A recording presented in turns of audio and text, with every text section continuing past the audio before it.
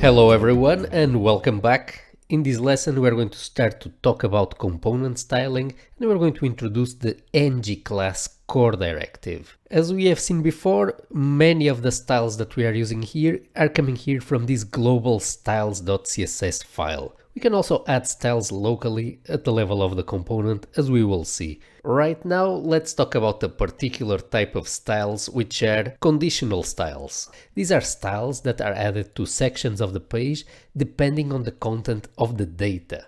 So unlike the styles that we have here, such as for example the course card class, there could be a class that is added here to our course card depending on if, for example, the course is of category beginner or not. Let's now go ahead and add such a conditional class to our component. We're going to add it directly here at the level of the component CSS file itself, which is currently empty. We are going to first start by writing our CSS selector, and what we are going to target is this container div here that is wrapping the whole course card component. Let's then create a style that targets any element that has applied this course card class, and let's add here an extra CSS class beginner.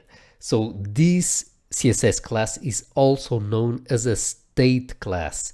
This state class is going to be applied only to courses of type beginner. Let's make this beginner class very visible in our screen. We are going to add here a bright color, such as for example this one. And let's try this out to see if this style is working correctly. So if we head over here to our course card component, let's quickly add here the beginner CSS class and see that indeed we can very quickly spot a card with this style, but the style, as we can see here, is being applied to all the cards. We want to apply it only to certain courses. Let's then start by removing here the CSS class and see how can we apply styles using ngClass instead. ngClass is a core directive that comes bundled with Angular.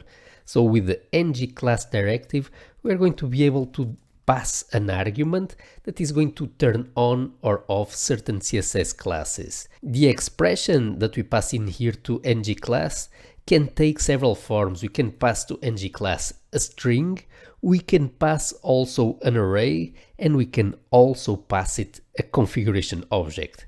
Let's explore the three possibilities. Let's see, for example, how can we pass a class that we want to activate using a string. We can do so by passing in a string here and passing the beginner CSS class. So as we can see, this string that gets received gets interpreted as CSS and the CSS class is added to the page. Now notice one thing, this string does not have to contain only one CSS class. We could potentially add here several CSS classes separated by a space. So if we try this out, you can see that the style has remained unchanged and our cards look the same as before. It's not recommended to apply this type of styles that are constant using ngClass. These type of styles are better applied using the CSS class property as usual. ngClass is really meant only for conditional styles. Another thing that we can pass to ngClass instead of a string is an array. So we can pass in here an array of strings containing a list of all the CSS classes that we want to apply to a given element. So again, if we pass in here these two CSS classes, we are going to see that they are being correctly applied here to our template as expected. Another thing that we can pass to ngClass is a configuration object. So instead of passing a string or an array of strings, we can instead pass in here an object whose properties are the names of the CSS classes that we want to apply and whose values are true or false depending on if we want to apply the style or not.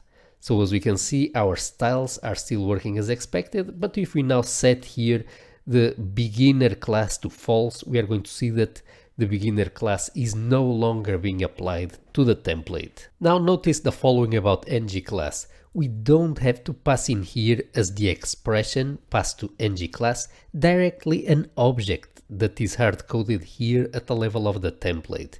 Instead, what we can do is we can call a function that returns returns us this configuration object. This is actually the recommended approach in order to keep the template readable. So we are going to call here a new method called card classes. And we are going to create this new method here at the level of our component. So this method is going to return to the template the same thing that we were returning before. Let's start here with a simple example. We are going to return here a configuration object, which was the last example that we gave. Notice that this method could also return a string or an array of strings like we have seen before. Those are also accepted by ngClass. So if we try this out, we are going to see that again, we still have here the correct styles applied. If we return here the value true, we are going to see that now the beginner class is being applied as expected.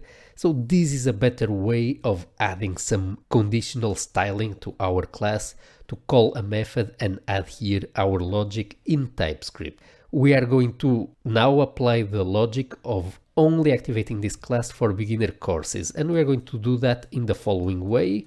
We are going to access here course, we are going to access the category property, and we are going to check if the category property is equal to beginner. If that is the case, then the CSS class is going to be applied because we have here true.